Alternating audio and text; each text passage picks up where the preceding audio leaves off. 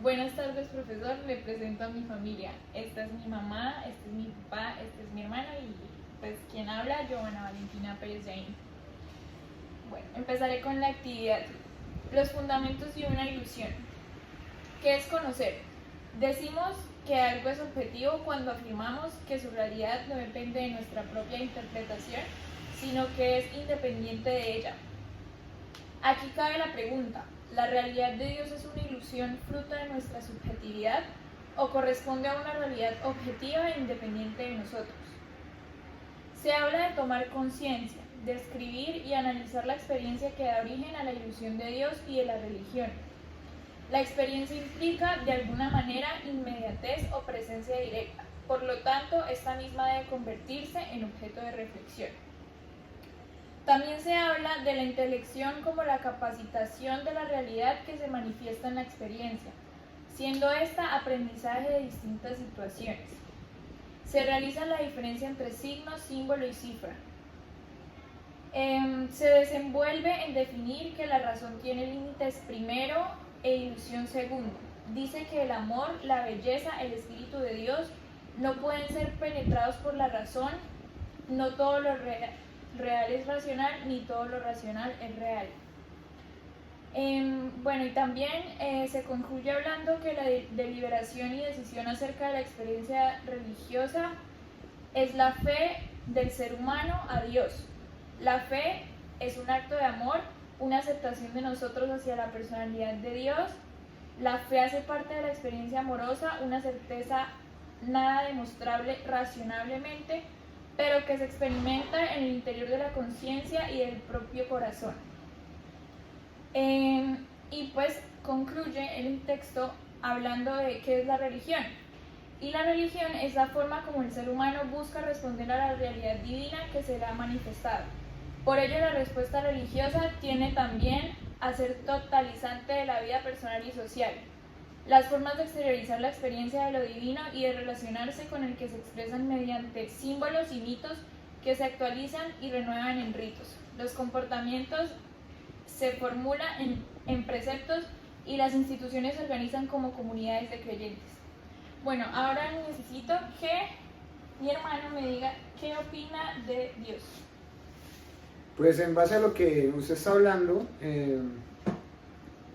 sobre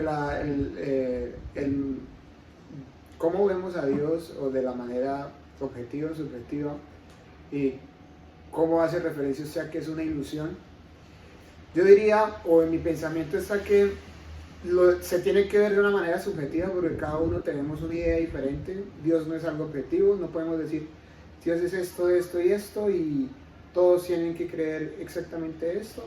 Yo pienso que cada persona vive y piensa en Dios de una manera distinta, y cada persona pues lo debe sentir diferente. Ahí va el punto. Más o menos la religión nos da como unos parámetros, o nos arma en comunidad, en la cual nosotros nos juntamos y creemos de una manera distinta, pero a la vez pues sentimos a Dios como uno solo. Muy bien. ¿Y tú, Pa, qué opinas de Dios? A ver, Dios es pues un poco basado en la lectura que hiciste y en lo que realmente uno siente. Dios es un ser invisible, pero que lo vemos y lo sentimos en todas las cosas que ocurren y pasan a diario. Es un ser que lo sentimos en las cosas, que lo vemos en su obra. Es algo que, aunque nunca hemos podido verlo y nunca hemos podido sentirlo, sabemos que está ahí, que está ahí, que es fundamental para todo lo que nosotros hacemos. Es cuestión de fe, de tener fe en las cosas, y es cuestión de sentirlo y vivirlo, ¿no? en cada una de las cosas que nosotros hacemos. ¿Y en qué momento usted ha experimentado la presencia de Dios?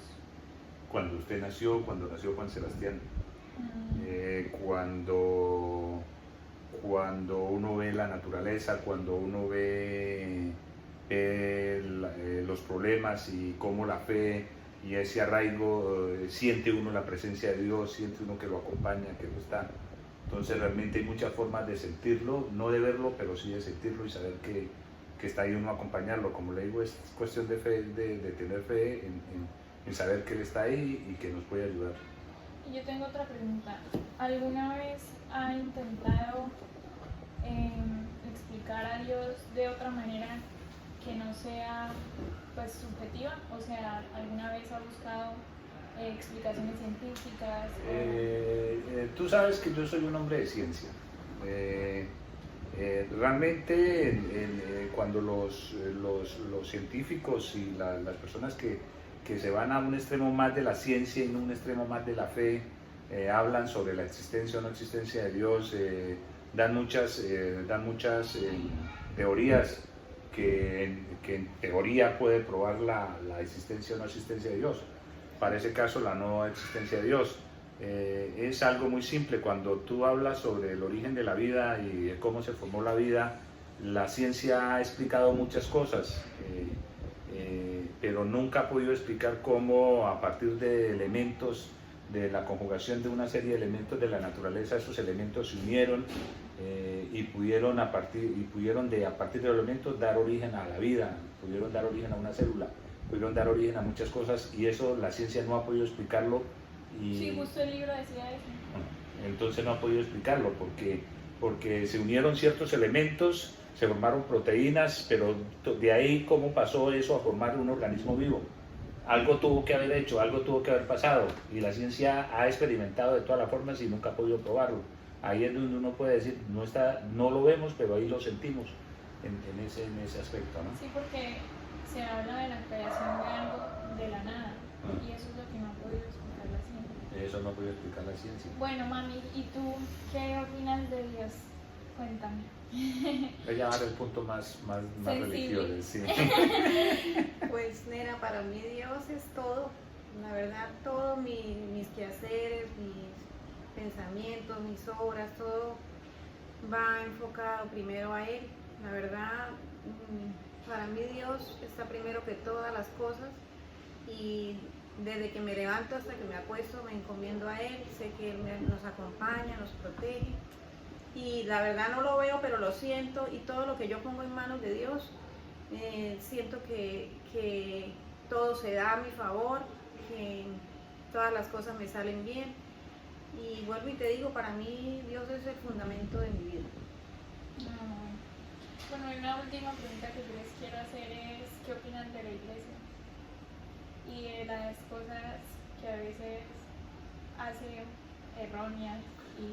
A ver, la iglesia es una institución que está formada por hombres, y como hombres hay cosas buenas y cosas malas. Lamentablemente Dios nos dio libre albedrío, nos dio la libertad de que nosotros hagamos lo que queremos y lo que pensamos, y esa libertad ha hecho que hayan hombres buenos y hayan hombres malos que lideren la iglesia, porque el término iglesia no es solamente un sacerdote. Para nosotros los católicos no es solamente el papa o los obispos o los sacerdotes. El término iglesia es un conjunto de aspectos, es los sacerdotes, es nosotros como comunidad, es la parroquia, es el santuario, es la fe, es todo ese conjunto de cosas. Pero en todo eso hay hombres que tuvieron, hay hombres que muchos de ellos pudieron tener problemas de pequeños, que fueron maltratados, se presentaron situaciones que alteraron su personalidad, no alteraron su fe, pero sí alteraron su forma de ser y su personalidad y la forma de ver las cosas, y llegaron a ser líderes de la iglesia, llegaron a ser sacerdotes, llegaron a ser obispos, pero tienen ese problema de ser hombres y de dejar que esos problemas con los cuales con los que se criaron, se reflejaron en el mismo desarrollo de la iglesia. Entonces, en estos momentos, bueno, siempre se han presentado situaciones muy desfavorables para la iglesia en cuanto a los líderes religiosos que nos preceden, frente a sacerdotes, obispos, y muchas asociadas al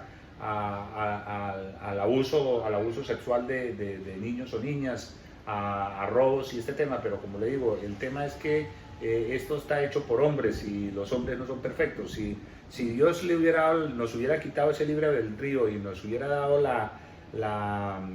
nos hubiera moldeado de tal forma que estaríamos hablando de otras cosas, pero aquí es imposible,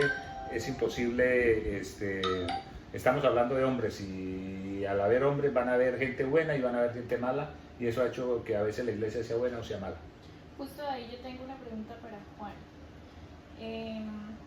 ¿Qué opina sobre la maldad de los hombres? ¿Por qué cree que los hombres son malos?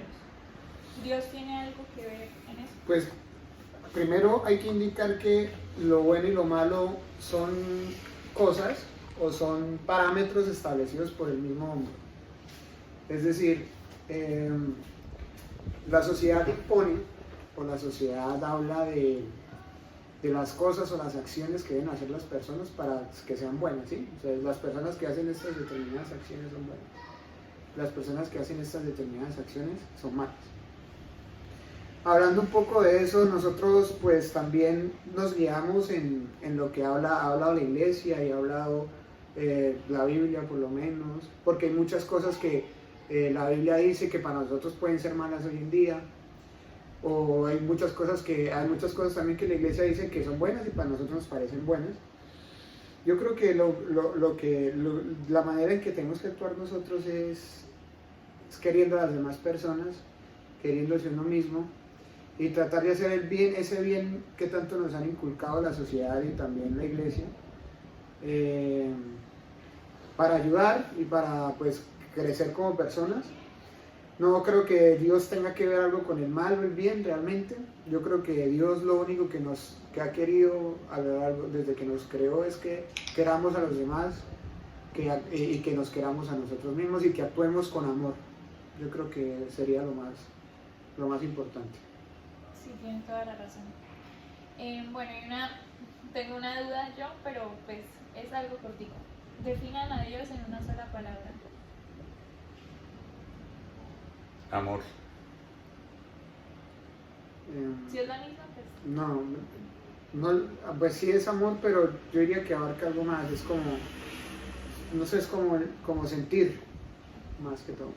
Mami. Pues Dios para mí es Una palabra. una gran compañía, una gran fortaleza.